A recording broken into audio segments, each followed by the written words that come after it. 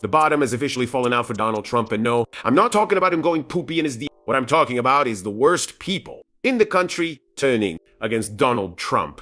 Yes, it has gotten that bad that even his cult-like supporters are not sticking with it. And no one has exemplified this more than the Republicans we will be talking about in this video, quitting on Donald Trump and running as far from him as possible. And why?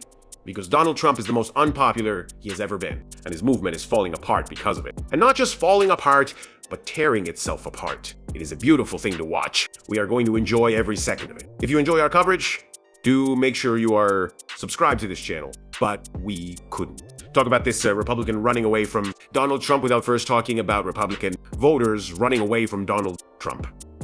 As we follow a string of endorsement losses, that's where I want to start with Chris. Hayes is important to reporting before we get to this Republican and so much more.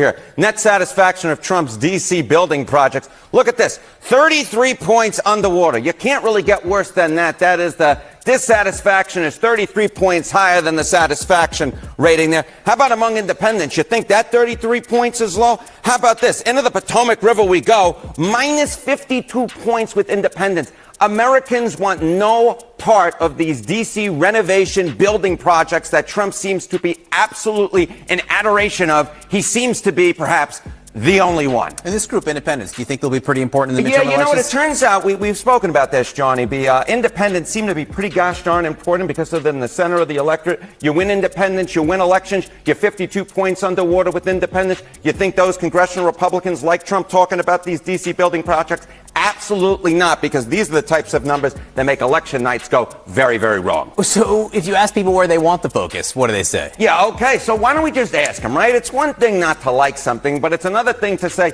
you know what, wannabe IMP or Frank Gehry, you're focusing too much on it. All right, Trump administration is focusing too much on the D.C. building changes. 64%, nearly 2 in 3 say that the Trump administration is simply focusing too much on these reconstruction projects. You know where they want the focus to be? They want it to actually be on the reasons that Donald Trump got reelected to a second term. That is lowering prices. But guess what they say? They say the Trump administration is focusing too little on lowering prices. 78%. We're talking 4 in 5. About 4 in 5 Americans say that the Trump administration is focusing too little on the reason that Donald Trump got reelected to a second term. No wonder that Donald Trump has historically high disapproval ratings on inflation, historically low approval ratings on inflation, and the only one ever to cross the minus 50-point net approval rating barrier on inflation, Donald John Trump, because they think he's not even focusing on the reason why he got reelected. What do they think about where the money is being spent? Yeah, I think this gets exactly at Johnny B. You know what? I didn't feel like we spoke about this enough yesterday. Say most government spending is wasteful and inefficient. You know what? That number is always high, but now it's way, way high, historically high. Look at the 75% earlier this year compared to just 57% a little bit over a year ago. That number is going higher, and no wonder it is when they feel like the Trump administration, and Donald Trump in particular, is focusing on the wrong things and spending money that, simply put, is making the debt grow ever higher. And it's Donald Trump, the president of the United States, the one out showing reporters the driveway, and Democrats may very well be saying, keep showing us the thank you, driveway. thank you for this beautiful gift you've given us. Harriet, and thank you very much. Thank you. Kate? Okay, so Donald Trump keeps losing again and again and again. And, MAGA will point to, and Trump will point to all the endorsements that were successful and say, well, no, it's all fine. Do not look at those losses. But Donald Trump endorses at the last second. He endorses people who have more money. He endorses incumbents. He endorses to try to kind of prop up his record. And it used to be a pretty strong record, mostly because Donald Trump would pick his battles very carefully. But even with that strategy, Donald Trump is losing all over the place. And it's because even Republicans are tired of Donald Trump, and also because they don't think he can win. They don't think his candidates can win. And we know that's what they care about, holding power. And Donald Trump is not going to be the person to do that. And that makes him crazy because it shows that the base isn't going to follow what he says. That his instructions will fall on deaf ears. That there will be no building of the ballroom. There will be no slush fund. Donald Trump will have nothing and no one standing up for him in the next Congress. And that is pretty funny. And it's going to be incredible to enjoy, because even the Republicans who are backed by Donald Trump don't want you to know they're running away. And this Republican, he exemplifies that perfectly. Trump-backed candidate purchased president from campaign website. a House Republican candidate backed by Donald Trump has scrubbed his campaign website of all prominent references to the president after winning his primary earlier this year, a former Kentucky state senator, Ralph Alvarado. The Republican nominee for the state's 6th congressional district revamped his website sometime between June 9th and August, 24th according to screenshots, in a report published by NBC News. As we can see in this first screenshot from the tweet Scoop, Republican House candidate Ralph Alvarado is pivoting his message, editing his website to remove Donald Trump mentions and delete a photo of them together. The second tweet, it says, after a photos of Alvarado and Trump together has been removed from the homepage. The bio is edited. Mentions of Trump and America First are gone. A sign of how Donald Trump's declining approval is complicating things for Republicans, even in districts he won handily. Now look at this. During the primary, there's Ralph smiling with Donald Trump. Nice. Photos of Trump talking about Trump. And now meet Ralph. He stands alone. No more Donald Trump. He has run as far from possible. Trump endorsed Alvarado before his primary in the election in May, calling him a true friend to MAGA and offering his complete and total endorsement. Get out and vote for Ralph. He will never let you down, Alvarado's campaign. Andy Westbury pushed back on the significance of the website changes, though, telling Caper the socialists are going to have to do a lot better than this. Nonsense to win the district. Why? Why the socialists?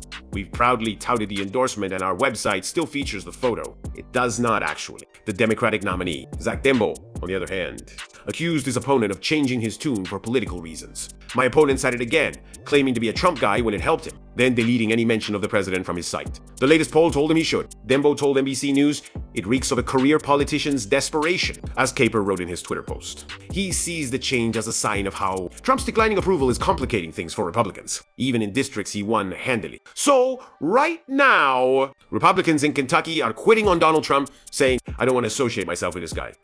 Republicans in Kentucky are sailing. Maybe I should put some space between the two of us. That is where things stand for Donald Trump right now. That is his state of affairs in MAGA in his own party. Republicans want to create distance between themselves and Donald Trump. Now, this is not only fantastic because it's funny, and we are going to enjoy it, and we are going to mock Donald Trump for it. But how insecure is this man that we know named Donald Trump? Is she someone who can tolerate it when Republicans put a little distance between themselves for political gain? Nancy Pelosi used to say to House Democrats, do what you need to do to win. If that meant throwing Pelosi under the bus, who Republicans always used as their boogeyman or boogeywoman, they were fine with it. Nancy was because she wanted to win. She was all about winning. It wasn't about ego for Nancy Pelosi. What it was about winning. It was about getting done. That's what she did when she was Speaker. Donald Trump, on the other hand, is this the type of guy who goes, abandon me, throw me under the bus, say my administration is doing terribly? Absolutely not. Never in a million years would Donald Trump have any humility or any strategy that allowed himself to be humiliated. This is the low point for Republicans right now. This is the lowest of the low points, and Donald Trump is going to lash out at them for it because he's focused on the ballroom. He's focused on Natalie. He's focused on his little Qatari grift jets. That's what Donald Trump's all about. So why as a Republican would you want to tie yourself to Donald Trump? You wouldn't. You just wouldn't. And it's only going to get worse from here, as Donald Trump sees more Republicans creating distance, and he sees Marjorie Taylor Greene mocking him, and he sees Thomas Massie mocking him, and he sees Tucker Carlson mocking him. Donald Trump is going to get desperate. And what do desperate people do? They flay.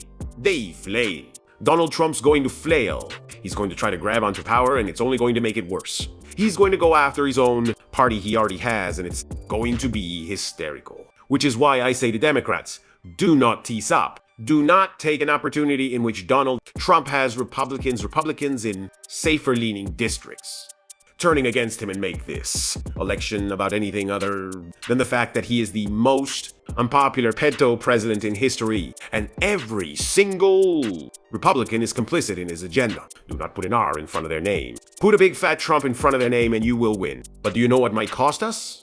And I'm not saying the whole election. I'm not saying all of the but will certainly cost us the blowout that we deserve if we continue to talk about. Hassan, if the Pax Corporis Democrats in our party continue to post like crazy people about a Twitch streamer and say that he's the greatest threat to like the Jewish people and America and the global world order, we're going to look like the ones who are out of touch. This right here from Josh, this could cost us votes. And I don't think he would even claim otherwise. He tries to slice the words up. At the end of the day, that's what he is. Nobody should be anywhere near this guy. No one should campaign with him. No one should repost him. And frankly, anybody who is quiet right now is complicit. Everyone should come out against this guy, and we should vote to condemn him when we get back to Congress. Again, Mike Lawler and I have a resolution. I'm hoping that Republican leaders should bring it to the floor so we can stand up to him and to people like Candace Owens who are spewing hate across the board. Josh Gottheimer has taken millions of dollars from AIPAC. He is one of their biggest cheerleaders. He's one of the biggest cheerleaders of the war. Crimes that the Israeli government has committed. He's not even a Democrat, or at least he's not a Democrat in the way that I'd like the party to look, and his relentless distracted focus on Hassan, while Donald Trump is blowing up the economy and serving Wese horse meat. Horse meat. That's the mystery meat they're shipping in. It's definitely horse. The fact that Democrats are going on Fox to bash a Twitch streamer for what? Saying that the Jewish people aren't a monolith. That's what they're mad about with Hassan today. Hassan Said. Stop trying to frame the Jewish people as if they are a monolith, because they are not. And if you say all Jewish people endorse the war crimes and the genocide being committed by this secular Israeli government, you are putting them in harm's way.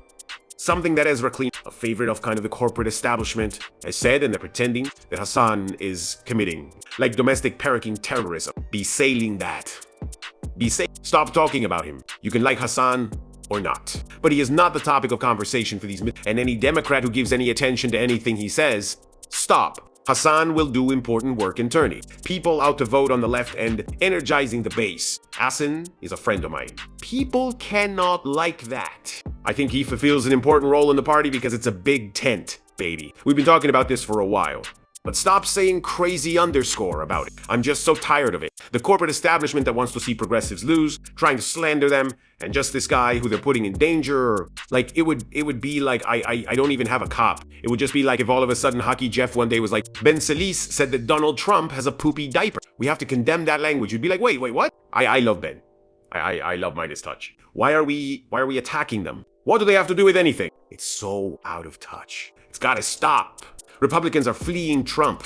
Every single waking moment of your life as Democrats should be talking about that. And if you're distracted slandering a Twitch streamer so you can serve your AIPAC overlords, get out of the underscore party. Plain and simple. We're going to keep calling it out on this show. If you want to support that, as always, you can hit that subscribe button, leave a like on this video. Had to get that one off my chest. Keep on fighting, y'all. Don't let them silence you. Until next time, I'll see you.